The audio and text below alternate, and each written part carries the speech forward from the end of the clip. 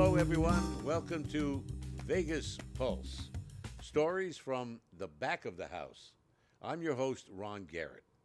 And right now we have another great guest to discuss basically things that go on in Las Vegas. Let me introduce you to Mr. Frankie Munoz. He's a band leader, a producer, a director, a singer. You dance, Frankie? I do that too. You do a little soft shoe, maybe? Hard too.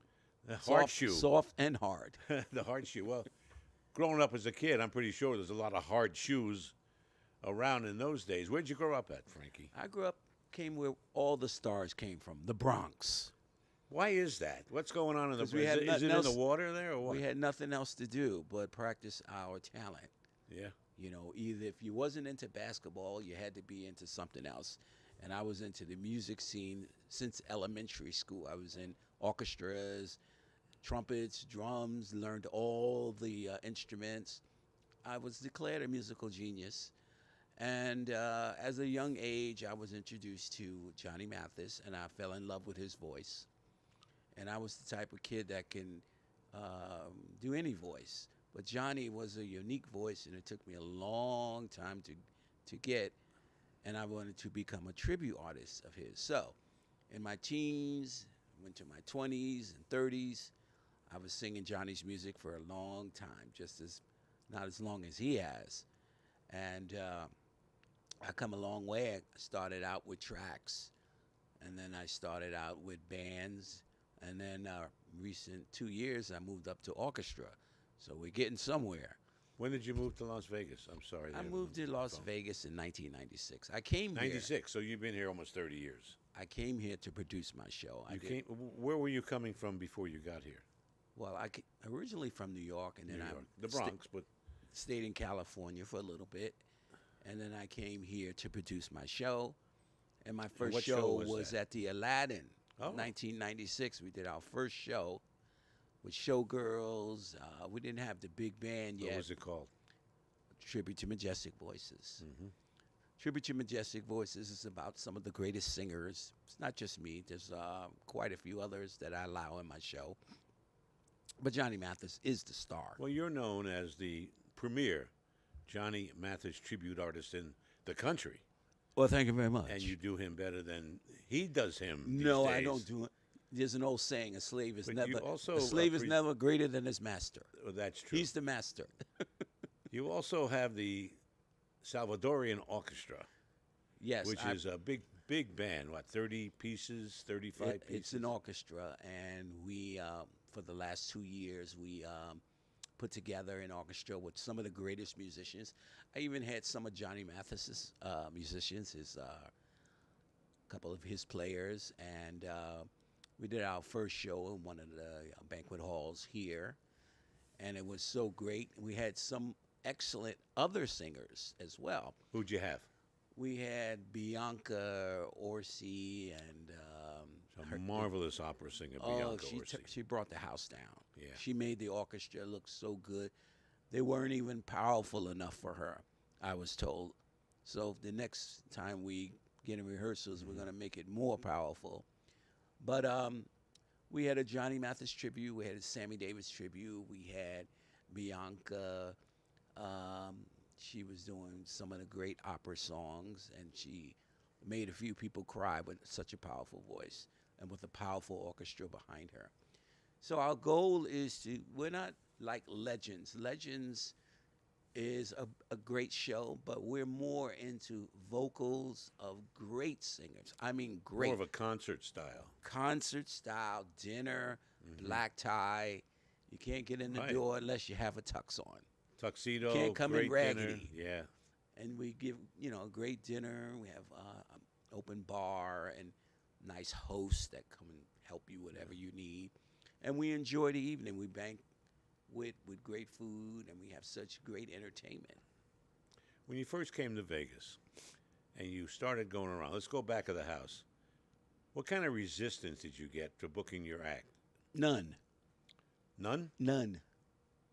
Everyone loved Johnny Mathis. That's right. So who'd you approach at the Aladdin to get that? I went to the director. I don't remember his name. It was a million years ago. Yeah, But there's been a bunch of them, by the way. So I went to the director and I rented out the hall, the auditorium, and we did our show, and we had a great time. But we've done our show in many places. did you you get paid that, or did you four-wall that show at the Aladdin? Everything's a four wall, Everything. So you self-produced it. self-produced, right? What's that like? Well, you gotta You save take up. let me just add this. You take a big chance when you do that. Not only are you responsible to pay everybody, but people need to make money. Four Walls now is very much part of the Vegas scene. Personally, when I was the entertainment director of several properties, last being the Sahara, I didn't want it. I wanted to pay my acts.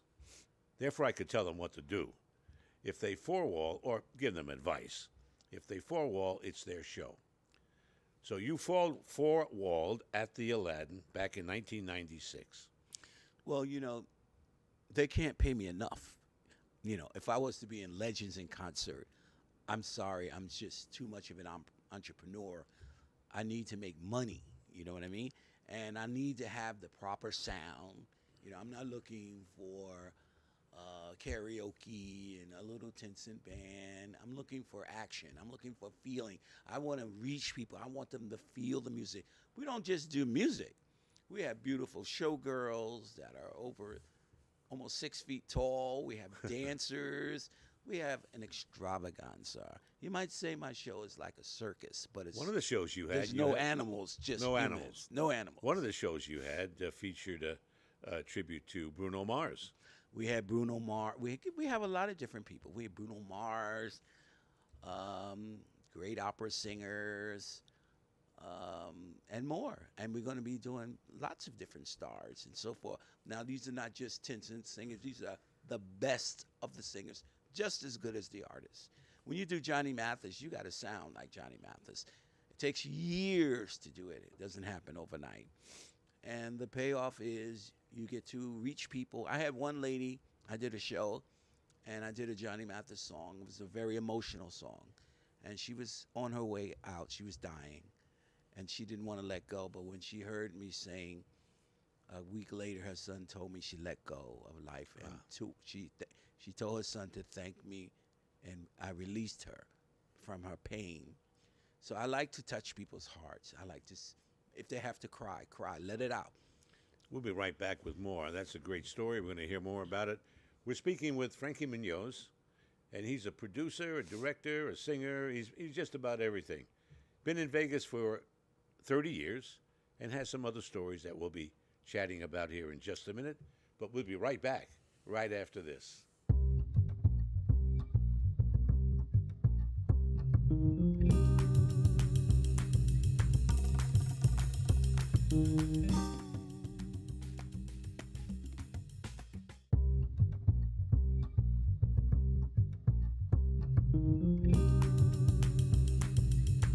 And we're back on Vegas Pulse, stories from back of the house. I'm your host, Ron Garrett, and with me is Frankie Munoz, a very accomplished entertainer here in Las Vegas. And we're talking about four-walling and your history. Have you always four-walled? My entire life. So that's the way you make money. But, I learned that the producers do all the work. They have to be their own stagehands sometimes. They spend all the money. But they don't make a lot doing these things because it's expensive to do.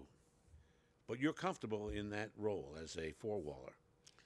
Well, I like to be independent, and I'm an entrepreneur, and I've always been a generator of money. I like to do my own shows because I can make as much money as I want. If I make nothing, okay, fine. If I make a lot, great. More musicians. I like to support musicians. This town today, they don't really support musicians because they pay them lowball figures. But when I first came here, they were paying high figures. But now, a lot of them have to leave this town to go into other countries and play to make a living. My job is to help the community, to hire musicians, to let them work for my orchestra. I hire dancers. I hire showgirls. I even had a midget in my show. When I did my first show, I had contortionists, acrobats. When I came to Vegas, I came here to learn, And I studied all the shows. I went to Siegfried and Roy, Splash, all of them, and I stole all their secrets and then embedded it in my show. Because when I have a show, I want people to be entertained. I want them to feel something, not just come to a place where they're just playing music and that's it. You can go anywhere for that. But I want them, when they leave, like the last show we did, I invited a couple of my bankers to come, and they saw my show, and they haven't stopped talking about it for a whole year. So that's what I want people to feel. I want them to feel the propensity of the music, the propensity of beautiful voices, the propensity of beautiful dancers and showgirls, and so forth. You brought the bankers in to see a great show, so maybe they would help with future shows. Is that why? You brought never in the know. money guys, I brought in the money. Well, and they loved it. I brought in the employees of my bank, and I brought in a lot of people, and they loved the show. They loved it. And the last show we did with the Bruno Mars tribute act, Right. We had great reviews. Everyone was saying, "Oh my God, it's a beautiful show. It should be on the Strip," and that's what we're striving more to build up dollars so that we can. It's expensive. It's very expensive to rent an orchestra, musicians. It's very expensive to pay showgirls. Let me ask you that question. It's a great payoff. Let me ask you that question without revealing any secrets. What do musicians get paid these days? Let's say I don't want you to reveal any secrets, but this is the back of the house stuff. What do they get paid? What are they being paid? Well, I like to be a drummer or a guitar player or a bass player. I paid them all the same. I like to be reasonable with them, and I just come out with a figure, and I'll say, well, everybody, you have 200 for 200 an hour a show? and 15 minutes. Yeah. And that's I don't know what the union scale is, but everybody was happy. Probably No one more. beat me up. Okay, everybody. I Well, paid those them. days of getting beat up by the union people are over. There may be a remnant here and there, but basically over. No, you have to take care of your musicians because musicians talk. And if you don't take care of them, you can, develop a bad name. So you want to have a good name with your musicians, and you pay them, reasonable. A reasonable and amount, they're yeah. happy. You feed them. You tell them you love them. I had some great musicians. I loved my trombone player, French horns. I like to hear these things in music. In Johnny Mathis's music, he's not just a love song singer. He's an action singer. You have to hear some of his action songs. Begin, They Begin, Brazil. These songs are like powerful with all types of interesting music and instruments.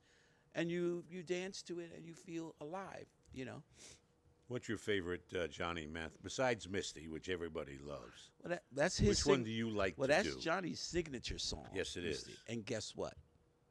That's your favorite? It's my signature song. Can you give us a little bit?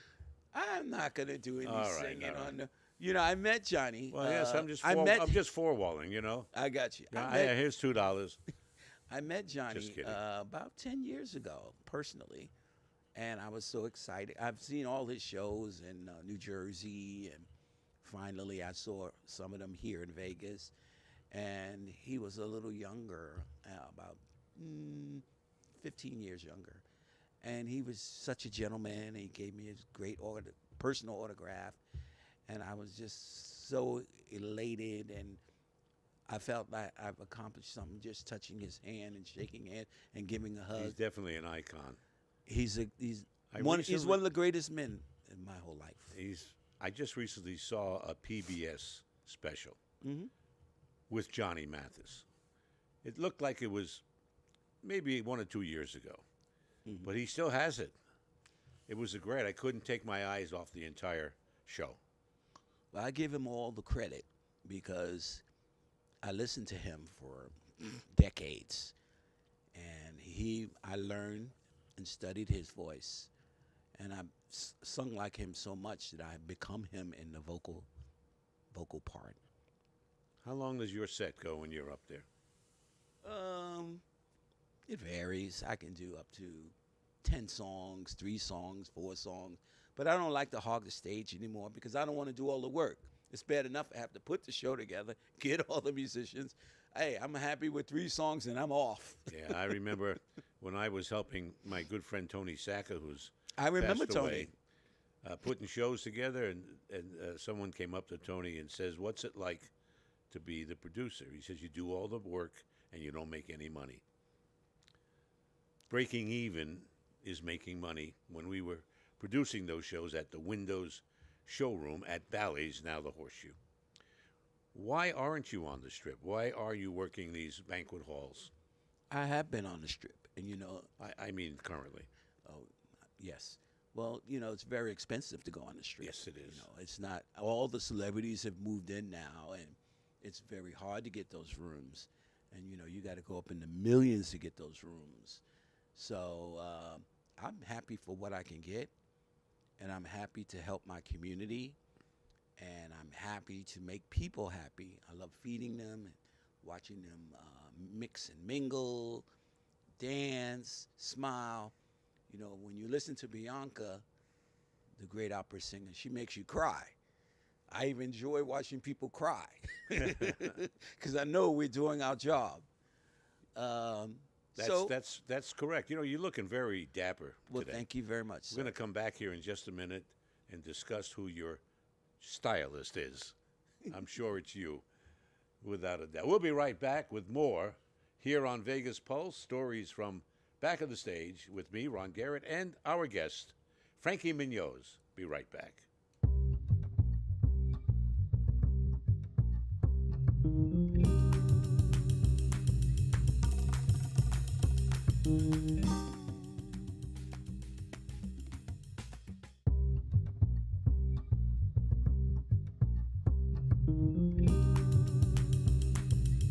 And we're back on Vegas Pulse, stories from back of the house. With me is the premier Johnny Mathis tribute artist in the country. His name is Frankie Munoz. He's a talented man. He's a band leader. He's a producer. He's a director. He dances. He does just about everything. But mostly he produces fabulous shows. Do you have any shows coming up that we can discuss right Yes, now that we people always- can buy some tickets? Well, we don't have one. We were going to do one in April, but we pushed it back just a little bit to get more funding. But yes, we have many shows to do. We're looking to tour. We're looking to nationally tour and maybe internationally. I mean, the doors will open up everywhere, and we're there to accept it. You know, when you have good music and you have an orchestra, doors are going to open because people want to hear beautiful music. You know, you don't really hear good music when well, you hear music on the radio, but you know, I'm the type. Nothing like live music. I'm the type of person that likes. I'm from the old generation. I like the beautiful Frank Sinatra, Sammy Davis, Johnny Mathis, Tony Bennett. I live in that world. That's where my mental. You know, I got a thing from YouTube. They told me that I'm the most listened to Johnny Mathis in the There you last go. 40 years because I hear him all the time to keep my voice tuned to him. So I love, you know, good music. You think that the audience that's attracted to the music you do and the names you just mentioned is beginning to disappear in many ways? How do we bring that kind of music to the younger generation who's up and coming now? You're still a young man. You're still relevant. You're dressed to the nines. One word, does somebody help you with your styles? You look great. I help myself. You do it yourself. Well, you're a self-made man, without a doubt. So what do you think about the younger generation that doesn't remember Frank Sinatra, doesn't remember Tony Bennett? Are you out to keep that alive so they get educated? Exactly.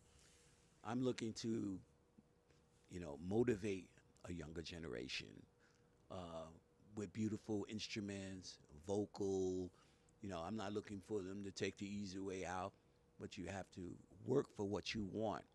You know, a lot of things have died down with singers because they want to do other things, you know, that might look simpler or easier. But it's not easy if you really want to be a great singer. You know, I like great opera singers, great R&B singers, great pop singers. I don't just like somebody to just go on the stage and that's nice, but I need you to reach me. What can you do to reach me? Why am I here? To be entertained? Yeah, I want to entertain you. I want to show you a circus. I want to make it live for you. Yes, I'm the next Andrew Lloyd. No elephants I'm in this the next circus. Andrew Lloyd Webber. There you go. I'm the next Barnum. What's his name? Barnum and Bailey. That's P.T. me. P.T. Barnum. P.T. Barnum. That's who that was the guy. That's who I want to We're be. going to take another quick break. We'll be back with Frankie Munoz right after this.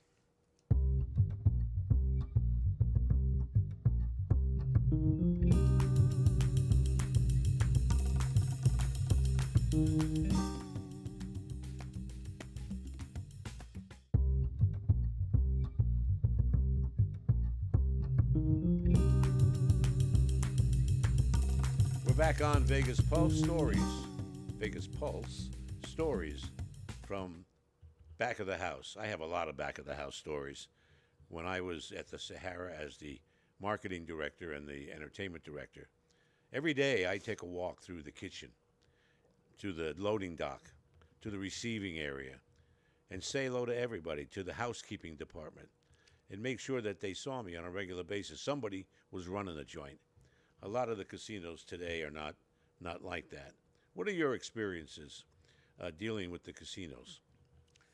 I don't really, unless I want to rent some space for them, I don't really That's deal about with it. them. I mean, there's lots of beautiful banquet halls here. You don't really, I mean, it's too expensive to go into a casino So you today. go get a banquet hall. Yeah. You rent it, just like you were going to be a wedding. Yes. And, of course, that's fair prices. They're not as expensive as trying to four-wall the Venetian, which would cost you $12,000 just for the stagehands. That's right. A very strong union there, the So you IATSE can get a union. reasonable banquet hall for a few thousand. Couple of thousand. Well, the last one we had was over 15,000. But You we pick got nice places. this place you would want to die Beautiful. in. It was beyond beautiful, and everyone enjoyed it. It was expensive. It was over $15,000. Oh. But it included dinner and the whole shebang, everything. People serving you. It was just So it's a catered dinner. I mean, the Catered banquet din- hall, they catered do that as dinner. part of their service. Yeah, and we had a beautiful stage and beautiful music, beautiful entertainers, and you will never forget it. Real quick, with a minute left to go, what's your future? My future is to unite my community, to get the community to support the musicians so that they don't have to leave the country.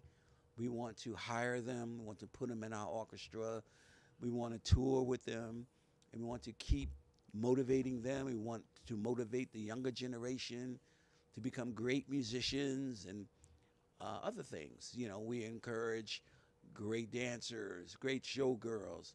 We want to entertain you. That's what we want to do. We want you to feel the propensity of our entertainment, so you will never forget it. You have a great story, Frankie. I'm glad you came on the show today. We appreciate it. We could do so much more. Just on your shirt, we could do a half hour, and your hat. But every time I see you, you look dressed to the nines. You're a dapper gentleman. You're very smart. I wish you the best of luck in everything you do, and I want to invite you back for another one-on-one on Vegas Pulse, stories from back of the stage, right here on Hey Vegas TV. Thank you all for watching, and we'll see you next time.